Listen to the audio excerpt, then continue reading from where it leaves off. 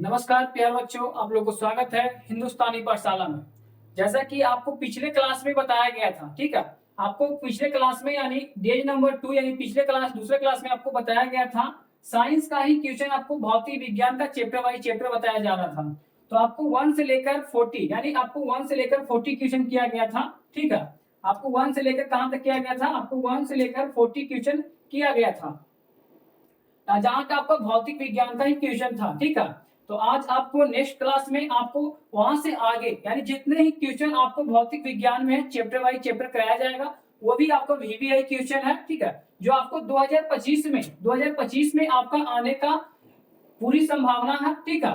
आपको days number 3 है। आपको यदि आप दूसरे क्लास में नहीं देखे हैं तो आप जाकर पिछले वीडियो में प्लेलिस्ट पर जाकर देख सकते हैं, या तो आप ऐसे भी सर्च कीजिएगा कि भौतिक विज्ञान यानी हिंदुस्तानी पाठशाला डेज नंबर 2 क्लास नंबर 2 कुछ भी सर्च कीजिएगा तो आपको वहां दिखाई देगा, ठीक है। डेज नंबर 2 रहेगा, डेज नंबर 1 रहेगा। आपको पूर्ण रूप से वीडियो देखना है, ठीक है, पूरा वॉच करना है। यदि आपको आंसर मालूम है, ठीक है, यदि आपको आंसर मालूम है तो कमेंट में जरूर बताइएगा, ठीक है। आपको किस प्रकार से आपको समझ में आता है, आपको टोटल जानकारी यहाँ से मिल जाएगी, ठीक है। कोशिश करना है कि जितने हम समझाएंगे उतने आपको क्या करना है, क्लास में ही याद कर लेना है, ठीक है। तो चलिए, आपको ऑब्जेक्टिव था ये लिखा हुआ है, संपूर्ण अध्याय समाप्त होगा यानी 40 नंबर आपका पक्का हो जाएगा। यानी जितने भी ऑब्जेक्टिव है आपको इस क्लास से ज्यादा नहीं आएगा, ठीक है।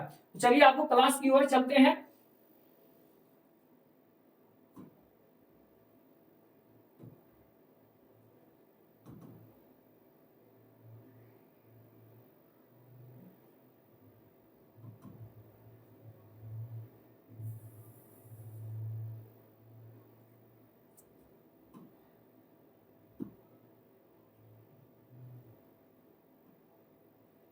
आपको पिछले क्लास में कहां तक क्या किया गया था? 40 तक किया गया था। आपको क्लास में 1 से लेकर क्वेश्चन नंबर 1 से लेकर, ध्यान देना, क्वेश्चन नंबर 1 से लेकर 40 तक किया गया था। कहां तक किया गया था? 40 तक किया गया था। आज की क्लास में हम 41 से क्वेश्चन नंबर 41 से चलेंगे, ठीक है। आपको ध्यान देना होगा कि क्या क्या इसका आंसर है। यदि आपको आंसर मालूम होता है तो कमेंट में आप लिख सकते हैं, ठीक है। तो चलिए, क्वेश्चन नंबर आपको 41 में बोल रहा है, ठीक है। क्वेश्चन नंबर 41 में बोल रहा है, ध्यान से देखना होगा कि दो वक्रीय पृष्ठों से घिरे ठोस माध्यम को क्या कहते हैं। बोल रहा है कि दो वक्रीय पृष्ठों से घिरे ठोस के माध्यम को हम क्या कहते हैं। यदि आपका पहला आंसर है, ठीक है, पहला ऑप्शन है, सॉरी, आपका पहला ऑप्शन है गोलीय दर्पण, दूसरा त्रिज्या, तीसरा है आपका गोलीय लेंस, समतल दर्पण चौथा में। यदि आपको इसका आंसर मालूम है तो कमेंट में आप लिख सकते हैं, ठीक है। इसका आंसर मालूम है तो आप कमेंट में लिख सकते हैं। ऐसे आपको याद नहीं है तो याद करने की कोशिश करना है कि जो दो वक्रीय पृष्ठ का क्षेत्र घिरे पृष्ठों से घिरे ठोस को या तो माध्यम को, ठीक है, उसको कहते हैं क्या चीज है, तो गोलीय लेंस कहते हैं, ठीक है। ये ध्यान देना है किस प्रकार से आपको कैसे याद करना है, ठीक है। आपको टोटल क्लास में ही याद कराया जाएगा। आप टिके रहना है, आपको पूरा लास्ट तक वीडियो देखना है। और यदि आप दोस्तों तक जरूर शेयर नहीं किए हैं तो शेयर जरूर करें, ताकि आपको भी समझ में आए और आपका दोस्त को भी समझ में आए, ठीक है। यदि आपको ग्रुप में नहीं आपको मालूम है तो ग्रुप में आप हिंदुस्तानी पाठशाला, ठीक है, हिंदुस्तानी पाठशाला इस वीडियो को ज्यादा से ज्यादा शेयर करें। आपको जो बोल रहा है दो वक्रीय यानी कोई भी पृष्ठों का जो घिरे ठोस होता है, मान लीजिए शीशा, ठीक है।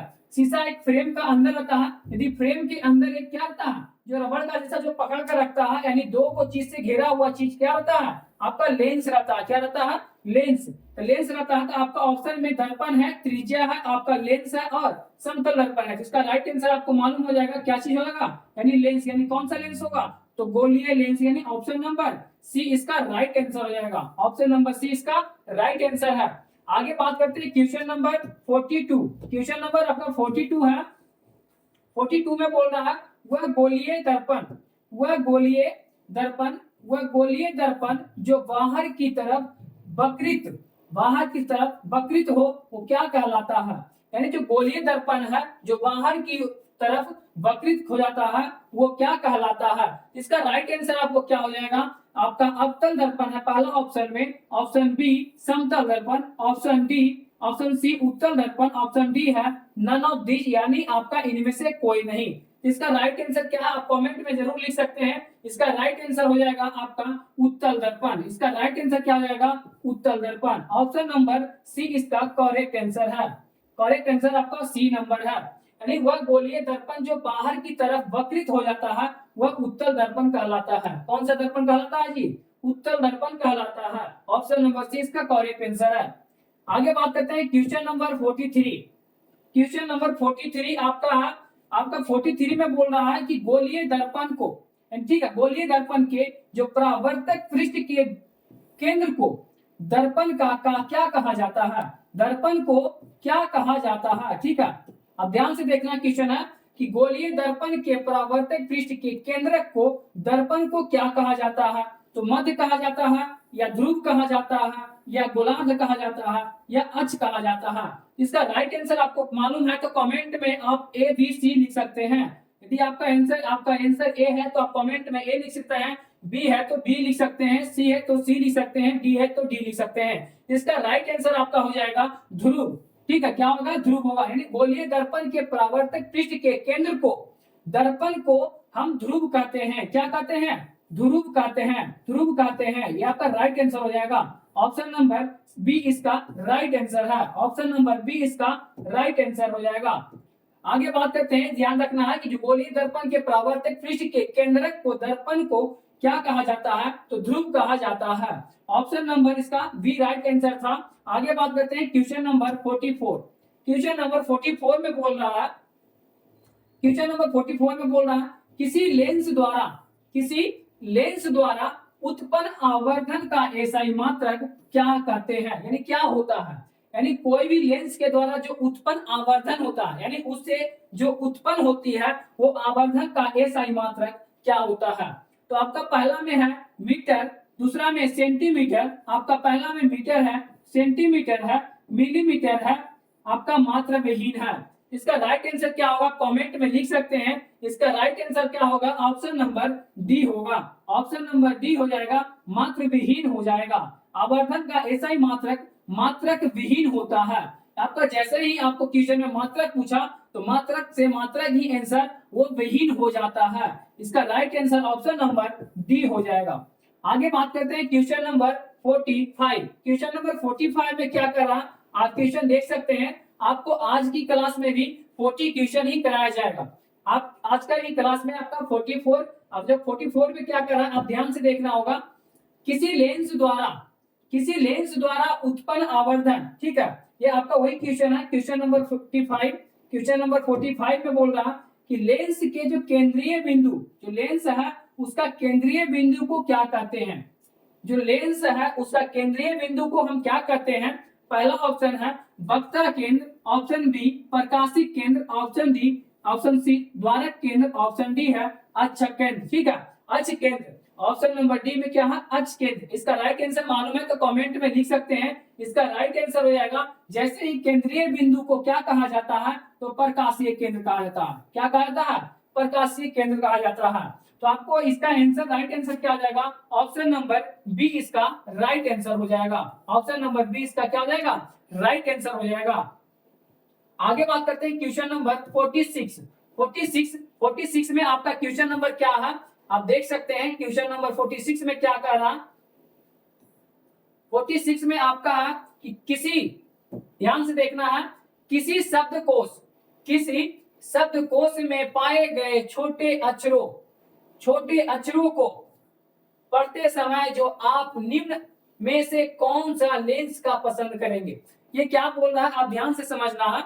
आपको ध्यान से समझने से पहले आपको ये ध्यान रखना है कि यदि आप क्लास 10th का 2025 में आप 17 फरवरी से एग्जाम देना चाहते हैं ठीक है जी हाँ आप सही सुन रहे हैं कि हिंदुस्तानी पाठशाला पर आपको पूरा से पूरा आपका जितना ऑब्जेक्टिव सब्जेक्टिव आपको टोटल है आपको टोटल कराया जाएगा। यानी जिस प्रकार से हम लोग कहते हैं क्रैश कोर्स आपको नए चैनल पर आपको फ्री में किया गया है। और आप यदि 2026 में आपको जितने भाई बहन आपको क्लास 10th का एग्जाम देना चाहते हैं वो आप इस चैनल से जुड़वाइए और इस चैनल को सब्सक्राइब करवा लीजिए और बेल आइकन को प्रेस करवा लीजिए। जिस प्रकार से हिंदुस्तानी पाठशाला आपको free of cost crash course दिया गया है उसी प्रकार से जब आपका ऐप लॉन्च होगा तो उसी समय से आपका 2026 के लिए भी आपको वहां डिस्काउंट किया जाएगा। ठीक है, तो आप जल्द से जल्द इस हिंदुस्तानी पाठशाला को सब्सक्राइब कराएं और बेल आइकन को प्रेस करके रखें, ताकि जैसे ही फरवरी में जो बैच लॉन्च होगी वो आपको मालूम चल जाएगी। ठीक है, और आपको जितने पास ग्रुप में है आप ग्रुप में जितना ज्यादा से ज्यादा शेयर करें, और यदि हिंदी का क्लास नहीं देख रहे हैं तो हिंदी का क्लास देखने का कोशिश कीजिए, समय निकालिए, क्योंकि आपको यूट्यूब पर ही आपको फ्री क्रैश कोर्स दिया जा रहा है, आपसे 1 रुपया भी नहीं लिया जा रहा। ठीक है, तो आपको हिंदुस्तानी पाठशाला पर जाना है, यूट्यूब पर जाएं, हिंदुस्तानी पाठशाला पर जाएं और सब्सक्राइब कर ले। ठीक है, क्वेश्चन नंबर 46 में आपका बोल रहा है, क्वेश्चन नंबर 46 में बोल रहा है कि किसी शब्द कोश का मतलब होता है कि कोई भी हम जो शब्द देख रहे हैं, मान चलिए जो लेंस है ये क्या है, शब्द है, लेंस है जो शब्द है, उत्तल भी शब्द है, दूरी भी शब्द है, यानी हम कोई भी शब्द को जो देखते हैं छोटे अक्षरों से, ठीक है, छोटे अक्षरों को जो पढ़ते समय हमको दिखाई देता है, उस समय हमको कौन सा लेंस का पसंद करेंगे बड़ा दिखने के लिए, तो कौन सा लेंस को हम दिखाई देने के लिए बात करेंगे, तो आपका उत्तल लेंस का करेंगे। किसका करेंगे, वो भी आपका 5 सेंटीमीटर उत्तल, जो फोकस दूरी का उत्तल लेंस होना चाहिए, 5 सेंटीमीटर का जो दूरी है आपका उत्तल लेंस का होना चाहिए। ऑप्शन नंबर डी इसका राइट आंसर हो जाएगा। ऑप्शन नंबर डी इसका कौन सा होगा, ऑप्शन नंबर डी इसका राइट आंसर हो जाएगा। आगे बात करते हैं 47 में बोल रहा है बाबू, आपको ध्यान से देखना है, यदि आप ये आपको आंसर मालूम होगा तो कमेंट में आप लिख सकते हैं ऑप्शन ए बी सी। आपको लिखा हुआ क्वेश्चन है कि इनमें से कौन सा दर्पण का सूत्र है, यानी इसमें पूछ रहा है कि कौन सा दर्पण का सूत्र है। आपको मालूम होगा कि दर्पण का सूत्र क्या होता है, 1/v बराबर 1/v बराबर 1/v प्लस 1/u बराबर 1/f। ठीक है, आपको इस प्रकार से लिखा हुआ है, आपको हम ऑप्शन शुरुआती से सरिया कर देते हैं। ठीक है, आपको ऑप्शन नंबर ए रहता है, यानी 1/f बटा 1 प्लस 1/u। ऑप्शन ए में इस प्रकार से रहता है। ठीक है, ऑप्शन बी में आपका लिखा हुआ है 1/f बराबर 1/u प्लस 1/v। ठीक है, ऑप्शन सी में है कि 1/f बराबर 1/v प्लस 1/u/1। आगे ऑप्शन नंबर डी में है कि 1/f v/1 प्लस 1/u। इसमें राइट आंसर आपको मालूम कौन होगा, यदि आपको कोई भी टीचर के साथ पढ़े होंगे। ठीक है, यदि कोई भी टीचर नहीं पढ़े होंगे तो आपको आंसर मालूम होगा। ठीक है, आपको इसका राइट आंसर हो जाएगा option number A. Option number ए इसका राइट आंसर हो जाएगा। ऑप्शन नंबर ए इसका राइट आंसर हो जाएगा। ये ध्यान रखना है, ऑप्शन नंबर ए इसका राइट आंसर होगा कि 1/f। ये ध्यान रखना है कि f भी u होता है, f भी u होता है, यानी 1/f बराबर 1/v प्लस 1/u होता है। ऑप्शन नंबर इसका राइट आंसर ए हो जाएगा। ऑप्शन नंबर ए इसका राइट आंसर है। आगे बात करते हैं क्वेश्चन नंबर 48 में क्या कर रहा है, आप आगे देख सकते हैं क्वेश्चन कि जो गोलीय दर्पण है, ठीक है, गोली दर्पण नहीं आपका गोलीय दर्पण है, यहाँ लिखा हुआ आपका गोलीय दर्पण। आगे बात करते हैं गोलीय दर्पण लिखा हुआ है। ठीक है, आपका गोलीय दर्पण है, आप ध्यान से देखना है। गोलीय दर्पण का वक्ता केंद्र को किस अक्ष यानी किस अक्षर से, ठीक है, यहाँ टाइपिंग में थोड़ा सा मिस्टेक किया गया, यानी गोलीय दर्पण का वक्ता केंद्र को किस अक्षर से निरूपित यानी सूचित किया जाता है। निरूपित मतलब होता है सूचित करना, यानी किस अक्षर से हम निरूपित करते हैं, यानी ऑप्शन नंबर ए में है C, option B P, option C O, option D F. यानी जो गोलीय दर्पण का जो वक्ता केंद्र है वो कौन से अक्षर से निरूपित किया जाता है, कौन से अक्षर से निरूपित किया जाता है, तो आपका ऑप्शन नंबर ए इसका राइट आंसर हो जाएगा। यानी से जो सी से है उसको निरूपित करते हैं या तो सूचित करते हैं। आप देखते होंगे कि इस प्रकार से लाइन खींचा हुआ रहता है, आपको देखते होंगे इस प्रकार से लाइन खींचा हुआ रहता है, यहाँ सी रहता है, यानी इसको कौन से सूचित करते हैं, तो सी से सूचित करते हैं। वक्ता केंद्र को किस अक्षर से निरूपित किया जाता है, तो सी से किया जाता है। यानी आपको ये ऑब्जेक्टिव है, ठीक है, ऑब्जेक्टिव में आपको हम पूरा समझा नहीं सकते हैं क्योंकि टाइम आपके पास बिल्कुल कम है। आप जल्द से जल्द 2026 वाले बैच यानी जो 2026 में आपका एग्जाम देने हैं, ठीक है, भाई या कोई भी बहन हो एग्जाम देते हैं 2026 में, जो 9th क्लास से आपको 10th क्लास में गया है, उनको ये चैनल को जल्द से जल्द सब्सक्राइब करवा ले और बेल आइकन को प्रेस कर ले। जैसे ही जो आपका बैच 2 फरवरी में आपका लॉन्च होने वाला है, ठीक है, फरवरी में आपका लॉन्च होने वाला है, जो आपका इस चैनल पे रहिएगा तो आपको मालूम हो जाएगा, आपको कम से कम आपको 60% डिस्काउंट कराया जाएगा, ठीक है।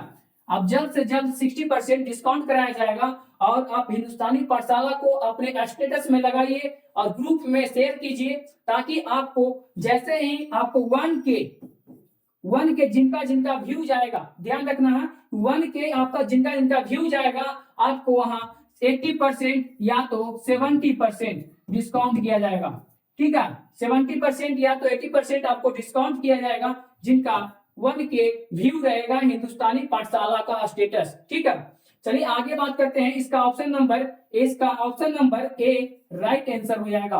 आपका ऑप्शन नंबर ए इसका राइट आंसर हो जाएगा, यानी जो सी से हम इसको क्या करते हैं, निरूपित करते हैं।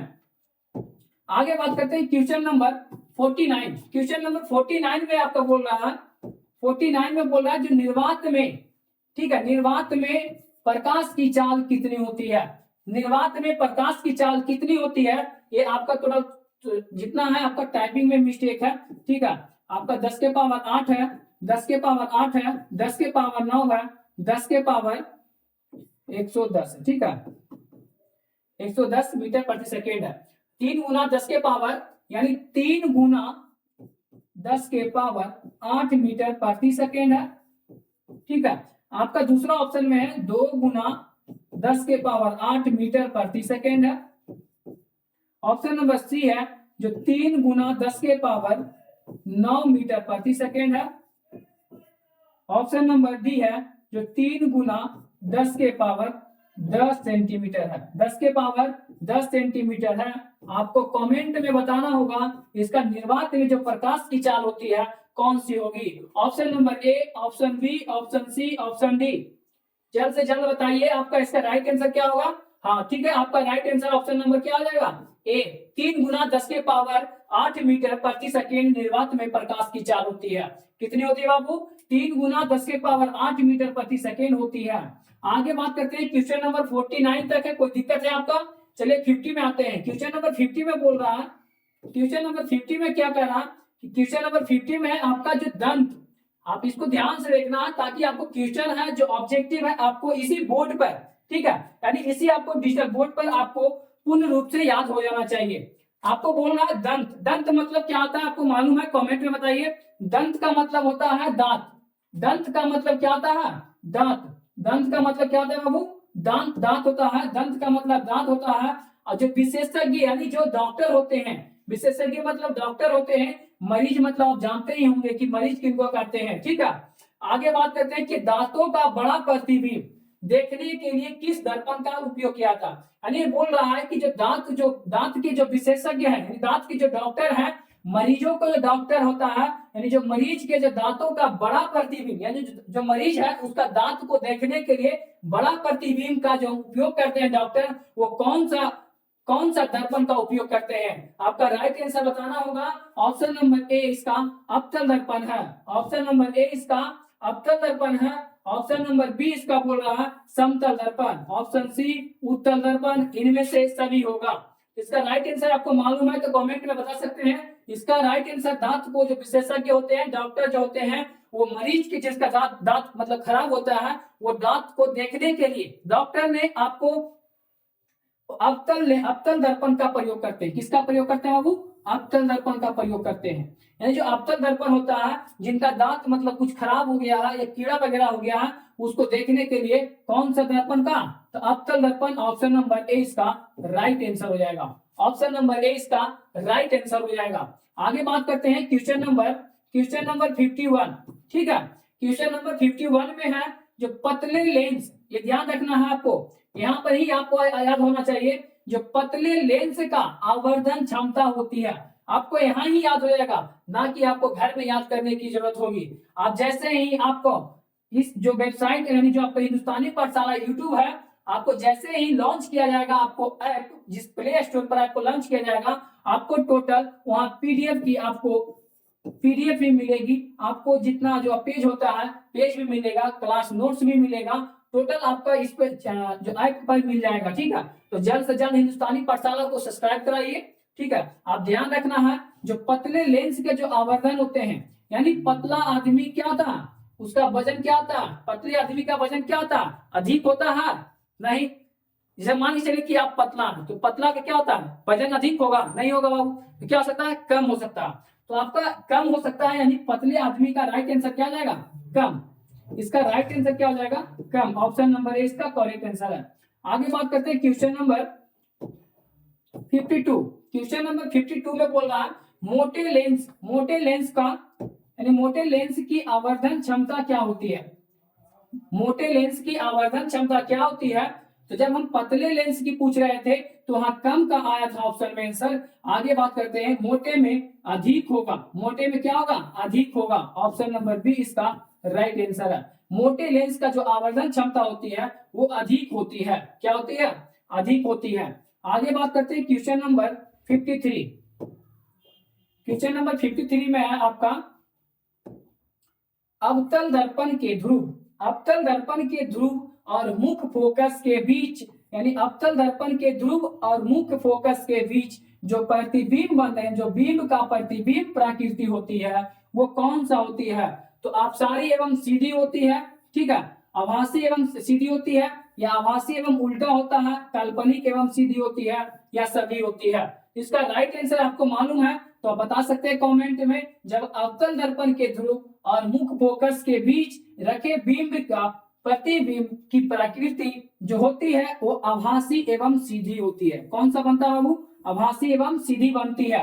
यानी आपको बता रहे थे इस प्रकार से आपका क्या रहता है, बिंब रहता है, यानी प्रतिबिंब रहता है। तो हम जब यहाँ आपको दर्पण रखेंगे और वहां क्या बनेगा, उसका पीछे क्या बनता है, आभासी एवं सीधी बनती है। ठीक है, ये ध्यान रखना होगा, आपका राइट आंसर आभासी एवं सीधी बनती है। अवतल दर्पण के जो ध्रुव होते हैं मुख्य फोकस के बीच जो रखे बिंब का प्रतिबिंब की प्रवृत्ति होती है वो आभासी एवं सीधी होती है, आभासी एवं सीधी होती है।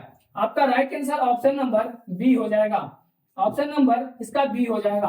क्वेश्चन नंबर आपका 54, क्वेश्चन नंबर 54 में बोल रहा है, 54 में क्वेश्चन बोल रहा है कि उत्तल लेंस का जो प्रकाशी केंद्र है, उत्तल लेंस का जो प्रकाशी केंद्र है और मुख्य फोकस के बीच जो रखते हैं बिंब का प्रतिबिंब प्रवृत्ति क्या होती है। तो आपको आंसर मालूम है तो कमेंट में लिख सकते हैं। ऑप्शन ए है आभासी एवं उल्टा, ठीक है, आभासी एवं उल्टा, आभासी एवं सीधी, काल्पनिक एवं सीधी, इनमें से कोई नहीं। इसका राइट आंसर क्या होगा आपको मालूम है, आभासी एवं सीधी बनती है। क्या बनती है, आभासी एवं सीधी बनती है। ऑप्शन नंबर बी इसका राइट आंसर है।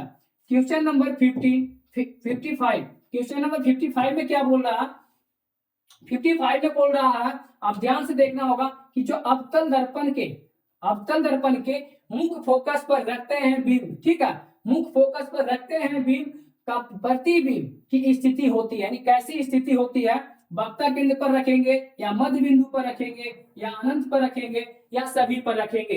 इसका राइट आंसर आपको मालूम है तो आप कमेंट में लिख सकते हैं। अनंत पर जब हम रखेंगे, जब अनंत पर रखेंगे तो इसका प्रतिबिंब स्थिति होती है कैसा, अवतल दर्पण के जो मुख्य फोकस है और जो रखे बिंब का प्रतिबिंब बनता है वो अनंत पर बनता है। कहां पर बनता है, अनंत पर बनता है। ऑप्शन नंबर सी इसका करेक्ट आंसर है। आगे बात करते हैं क्वेश्चन नंबर 56, 56 में बोल रहा है बाबू, 56 में बोल रहा है कि उत्तल लेंस, ठीक है, उत्तल लेंस आपका किसका क्वेश्चन है, आपका फिजिक्स का क्वेश्चन है। उत्तल लेंस के जो मुख्य फोकस पर रखे प्रतिबिंब की स्थिति कैसी होती है। उत्तल लेंस के मुख्य फोकस पर रखे प्रतिबिंब की स्थिति कैसी होती है। ऑप्शन नंबर ए आपका वक्ता केंद्र है, फोकस एवं वक्ता केंद्र के बीच रखते हैं, या तो अनंत पर रखते हैं या ध्रुव एवं वक्ता केंद्र के बीच रखते हैं। आपका ऑप्शन में ए क्या बोल रहा है, वक्ता केंद्र पर रखा जाता है। ऑप्शन बी में फोकस एवं वक्ता केंद्र के बीच रखा जाता है। ऑप्शन सी में अनंत पर रखा जाता है। ऑप्शन डी में ध्रुव एवं वक्ता केंद्र के बीच रखा जाता है। तो आपको आंसर मालूम है तो कमेंट में लिख सकते हैं। इसका राइट आंसर हो जाएगा अनंत पर रखा जाता है। कहां पर रखा जाता है बाबू, अनंत पर रखा जाता है। ऑप्शन नंबर सी इसका करेक्ट आंसर है। आगे बात करते हैं क्वेश्चन नंबर 57। क्वेश्चन नंबर 57 में क्या बोल रहा है, आगे देखिए क्वेश्चन नंबर 57 में बोल रहा है